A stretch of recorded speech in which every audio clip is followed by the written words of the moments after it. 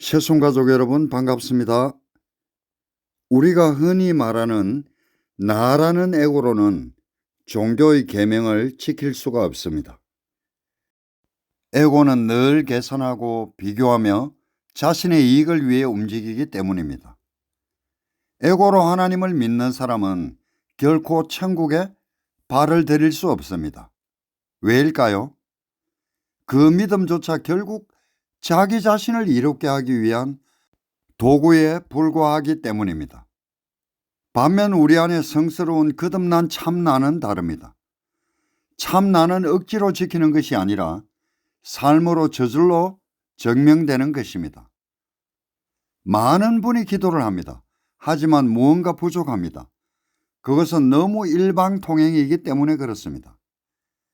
거기엔 하나님과의 대화도 없고 가장 중요한 에너지가 빠져 있습니다. 바로 영의 느낌입니다. 생각은 머리에 머물고 상상도 그 자리에 머물러 있지만 영의 느낌은 살아서 움직입니다. 그 느낌은 곧 생명의 에너지이며 그 생기는 멈추지 않고 흐르는 속성을 가집니다. 우리가 배가 고프면 밥을 먹게 되고 생리적인 현상이 오면 화장실로 달려가게 만드는 그 강력한 느낌을 보십시오. 그것이 당신을 가만히 내버려 두던가요? 오히려 그 느낌을 거스르고 가만히 앉아 있는 것이 더 큰 고통입니다. 이것이 느낌이라는 것입니다. 우리는 밥 먹는 것을 미리 계획하고 화장실 갈 것을 위해 며칠 전부터 계획 세우고 노력하지 않습니다.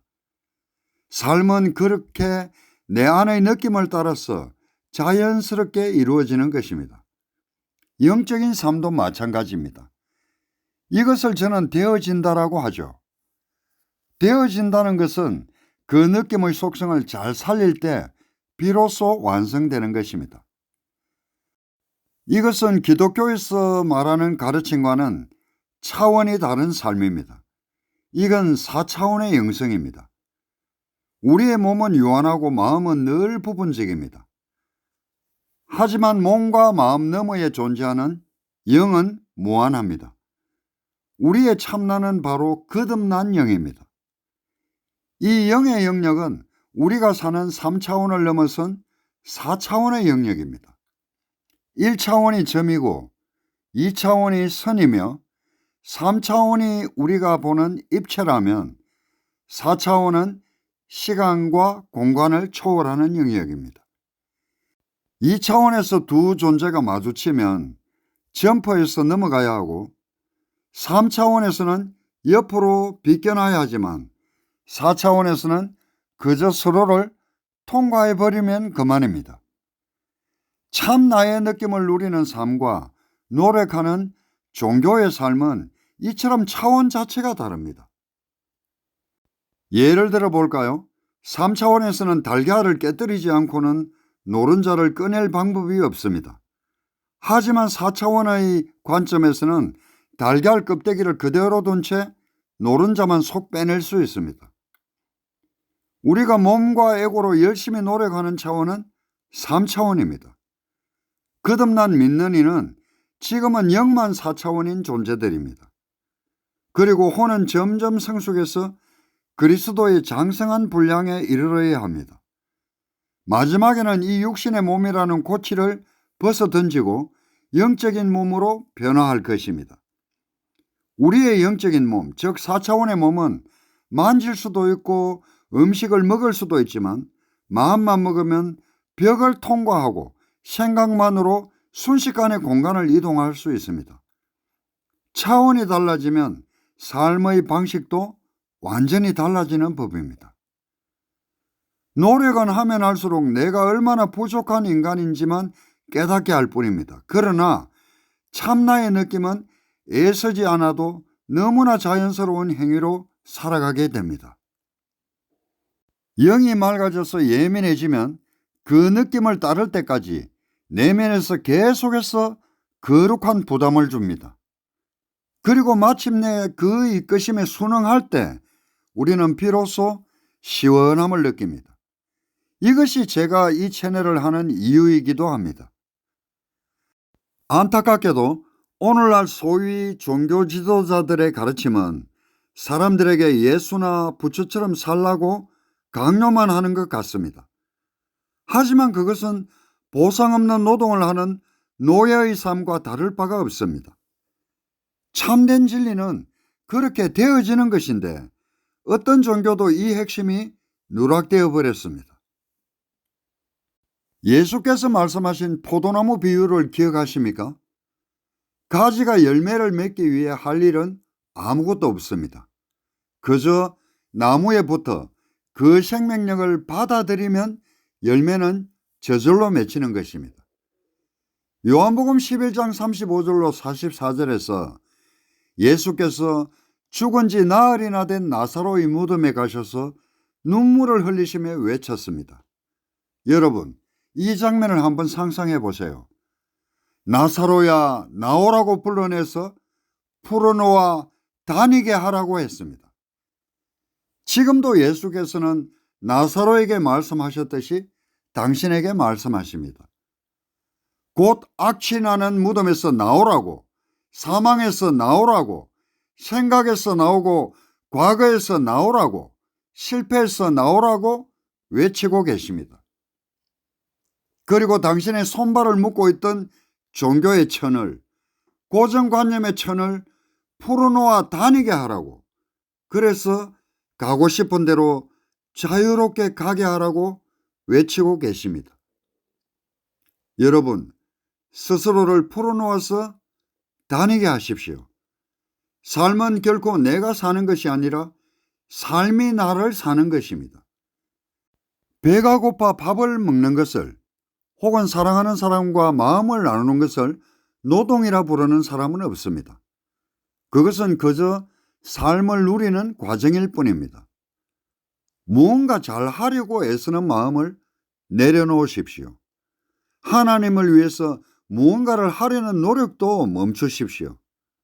영적인 삶은 이상한 방언을 하거나 어떤 병을 고치는 능력이 아닙니다. 가장 영적인 삶은 그렇게 되어지는 것입니다. 내가 사는 게 아니라 사라지는 것입니다. 가만히 생각해 보십시오.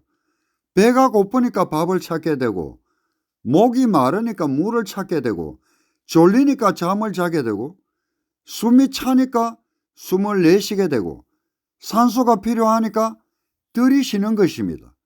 느낌은 움직이고 사는 것입니다. 필요가 움직일 때는 그것이 일이 아니라 너무나 당연한 행동입니다. 이것은 무엇을 뜻합니까? 내 생각 이전에 누군가가 이미 신호를 보내고 있다는 것입니다. 그것이 바로 우리의 영이며 그리스도의 신성을 가진 참 나라고 말합니다. 나의 영은 모든 것을 알고 있습니다. 그리스도와 연결된 내 영이 나를 최상의 길로 이끌 것인데 거기에 무슨 고민이 필요하겠습니까? 지금 당신에게 벌어진 일이 당신을 위해 최상의 상황임을 믿고 그 느낌을 누리십시오. 그것이 바로 진정한 참사리이고 웰빙입니다. 영이 기능하지 못하는 사람은 기름 없는 등불과 같습니다. 성격을 개조하려고 결심하거나 애쓰지 마세요. 금속이 불에 닿으면 열을 얻듯 우리의 생각이 참 나인 영과 접촉하면 우리는 하나님의 성품을 얻게 됩니다. 등불이 자신의 빛으로 안팎을 비추듯이 우리 안의 영도 그렇게 환하게 밝아져야 합니다. 내가 밥을 먹으면 그 밥이 곧 내가 됩니다.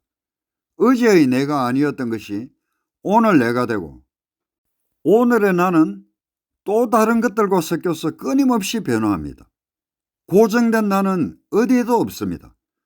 어릴 적 나와 지금의 나는 똑같은 사람인 것 같지만은 완전히 다른 존재이듯이 지금의 나는 10년 전의 나와 5년 전의 나와는 또 다른 존재입니다.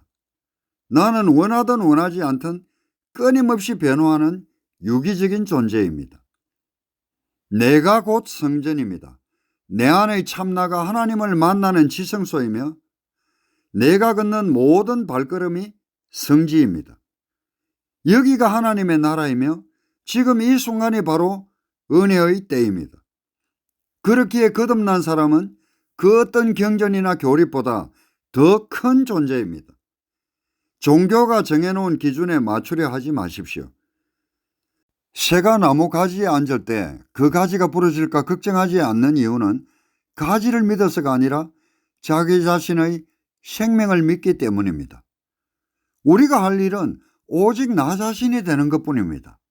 나무는 억지로 그늘을 만들지 않지만 그 생명대로 살아갈 때 누군가에게는 쉼터가 되고 새들에게는 보금자리가 됩니다. 밤하늘의 별을 보십시오. 그저 지금 이 순간을 반짝일 뿐입니다. 우리 삶도 그러해야 합니다. 이력서의 책을 한 줄의 경력보다 훗날 생명책에 남겨질 나를 생각하며 살아갑시다. 삶은 사는 게 아니라 사라지는 것입니다. 그저 이 신비로운 흐름을 누려보십시오. 지금까지 세숨이었습니다.